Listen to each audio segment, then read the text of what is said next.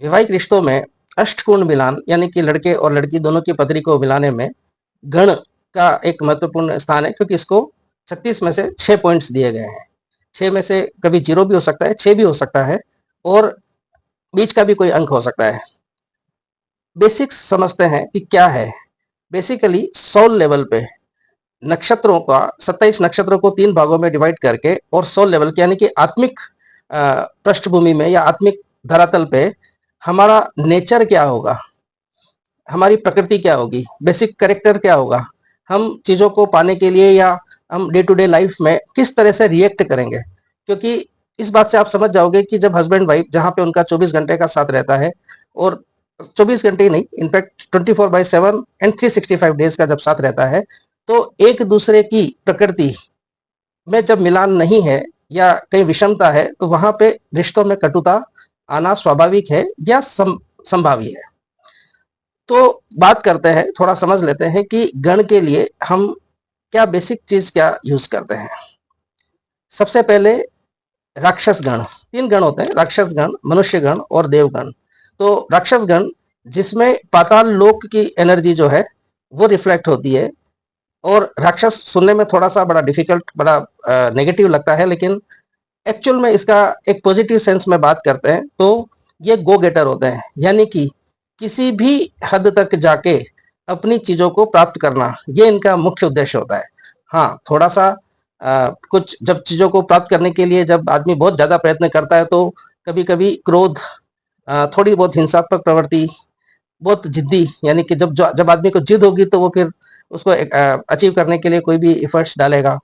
और इसी तरीके से कुछ नेगेटिव ट्रेट्स हम बोल सकते हैं, लेकिन एट द एंड बिकॉज संघर्ष बहुत ज्यादा है चीजों को लेने के लिए, तो इस कारण से इनका इंट्यूशन जो है वो बहुत ही एक्सट्रीम लेवल पर या बहुत ही फाइन लेवल पर मिलेगा। तो प्रैक्टिकली देखा जाए तो राक्षस वर्ड थोड़ा सा डरावना लगता है, लेकिन राक्षस गुण होने से अगर बेसिक एनवायरनमेंट ठीक मिलता है, क्योंकि आज की डेट में अच्छी एजुकेशन के साथ में बच्चों की स्टडीज भी हाई हुई है, आउटपुट यानी कि उनकी सैलरीज या बिजनेस इनकम भी हाई हुई है। और ऐसे में जब उनका ये इस तरह का टेक भी है तो उनकी डे टू डे लाइफ में कहीं पे नेगेटिविटी नहीं आएगी, क्योंकि जैसा मैं बार बार बोलता हूँ कि एस्ट्रोलॉजी अपने आप में एक बहुत कॉम्प्लेक्स सब्जेक्ट है। सिर्फ एक चीज के बेसिस पे अगर आप डिसाइड कर दें कि हाँ ये तो बंदा ऐसा है, तो ऐसा नहीं है। 9 ग्रह हैं, 27 नक्षत्र हैं, 12 भाव हैं, 12 राशियां हैं। कौन सा ग्रह कहाँ जाके बैठा है उसके ऊपर बहुत कुछ उसका कैरेक्टरिस्टिक्स जो है, उसका गुण जो है वो करेगा। लेकिन चूंकि हमारे शास्त्रों में एक अष्ट गुण मिलान की एक प्रथा दी गई थी, तो इसको थोड़ा बहुत समझना भी जरूरी है। तो हम राक्षस गण की बात कर लिए, अब बात करते हैं देवगण की। तो देवगण यानी कि बोलने से ऐसा लगता है कि देवज्ञ तुल्य, और देवज्ञ तुल्य का मतलब है विनम्र, दयालु, एक चीजों को बहुत पॉजिटिव सेंस में बहुत इजी वे में लेने वाला व्यक्ति। ठीक है। और सबसे बड़ी बात यह है कि ये लोग आपस में एक समन्वय जो है, एक सामंजस्य जो है वो पूरा पूरा रखते हैं। उसमें ये कभी नहीं होगा कि उसके लिए राक्षस गण की तरह उनको चीजों को प्राप्त करने के लिए झगड़ा करने की जरूरत है। ये विनम्र भी होंगे और सरल स्वभाव के होंगे। चीजें इनको आसानी से मिल जाती है, यानी कि उतना प्रयत्न नहीं करना पड़ता जितना राक्षस या मनुष्य गण को करना पड़ता है। तो देवज्ञ होने में वैसे कोई बुराई नहीं है, लेकिन एक प्रैक्टिकल एस्पेक्ट अगर हम वैसे देखें, आज जो कलयुग है उसके हिसाब से हम देखें, तो इनकी विनम्रता, इनकी दयालुता कभी कभी इनको धोखा या इनको कभी कभी परेशानियों में भी डाल सकती है। अंत में फिर बात करते हैं मनुष्य गण की। मनुष्य गण जिसमें पृथ्वी लोक की जो ऊर्जा है वो समन्वित है। और पृथ्वी लोक पर क्या होता है इसको समझना सबसे इजी है कि जैसे जैसे एरा चेंज हुई, जैसे जैसे समय परिवर्तित होता गया, तो मनुष्य की आवश्यकताएं, मनुष्य की जो नेसेसिटीज हैं वो भी डे बाय डे चेंज होती गई। लेकिन एक बेसिक चीज हमेशा रही कि मनुष्य गण के जो ट्रेट हैं उसमें सांसारिक सुखों के प्रति एक लालसा या एक जिम्मेदारी भी बोल सकते हैं, जहाँ पे अपने परिवार, अपने समाज, अपने देश का भरण पोषण करने की का एहसास जो है वो हमेशा रहता है। तो मनुष्य जो है वो गो गेटर भी हो सकते हैं और इजी गोइंग भी हो सकते हैं। तो बेसिकली हम इसको एक हाइब्रिड बोल सकते हैं देवगण और राक्षस गण के बीच का। लेकिन ये निश्चित है कि चीजों को प्राप्त करने के लिए मनुष्य गण के जो लोग हैं वो हमेशा कड़ी मेहनत करेंगे, सुखों को प्राप्त करने के लिए हमेशा प्रयत्नशील रहेंगे और चीजों को एक्सट्रीमिटीज तक भी जा सकते हैं या उसको इजी रूप में भी ले सकते हैं। ये सब कुछ डिपेंड करेगा कि उनके दूसरे जो पूरे ग्रह या पूरे उनकी जो कुंडली में जो दूसरे पैरामीटर्स हैं वो उनको कितना सपोर्ट कर सकते हैं।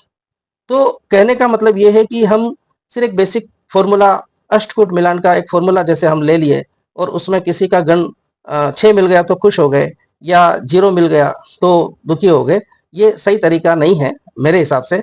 हमें कुंडली ओवरऑल कुंडली को देख लेना चाहिए कि हाँ ये कैसा रहेगा। रही बात दो बच्चों, जैसे मैंने शुरू में बोला कि दोनों के बीच का सामंजस्य, तो मेरा ये मानना है कि राक्षस प्रवृत्ति के जो लोग हैं, राक्षस प्रवृत्ति का मतलब राक्षस गुण वाले जो राक्षस गण वाले जो लोग हैं, उन लोगों का चाहे देवक के साथ में या मनुष्य के साथ में भी होगा। और ऐसे में कुछ लाइफ स्टाइल चेंजेस करके, कुछ अपनी समझदारी के साथ में उन लोगों को थोड़ा सा अगर डाइल्यूट कर लिया जाए तो उनकी जो इंट्यूशन, सुपर इंट्यूशन जैसे मैंने बोला, उनका एक जो गो गेटर वाली जो चीज है, उस चीज से लाइफ को बहुत सुंदर बनाया जा सकता है। देव और देव, अगर हम बात करते हैं देव और देव, यानी कि लड़का और लड़की दोनों के गुण एक जैसे हो गए, तो they will be always easy going persons. They will never want that they should work hard to get the things, to achieve something. And ऐसे में शायद भाग्य के भरोसे वो बहुत ऊंचे पहुंच जाए, लेकिन मेहनत के बल पे शायद वो कभी ऊपर नहीं पहुंच सकते। और इसी तरीके से मनुष्य को तो एक कॉम्बिनेशन राक्षस का मनुष्य के साथ में, देव का मनुष्य के साथ में, तो बहुत आसानी से समझा जा सकता है। थोड़ा सा प्रैक्टिकल अप्रोच रखनी चाहिए। और ऐसे में हम समझ सकते हैं कि ये जो पर्टिकुलर ये वाली जो विधि है, इसमें गण का भले उन्होंने 6 मार्क्स दिए हुए हैं, 36 में से 6 मार्क्स काफी ज्यादा होते हैं, और भले उन्होंने 6 मार्क्स दिए हुए हैं, लेकिन ये फैक्ट है कि आज की जो पृष्ठभूमि है या आज की जो टाइम चल रहा है, उसके हिसाब से इसकी उपयोगिता इतनी नहीं समझनी चाहिए, क्योंकि इसके कारण हेल्थ और करियर, इसके ऊपर इम्पैक्ट नहीं आएगा। ये आप मेरी बात से समझ ही गए हो। रेशम है ना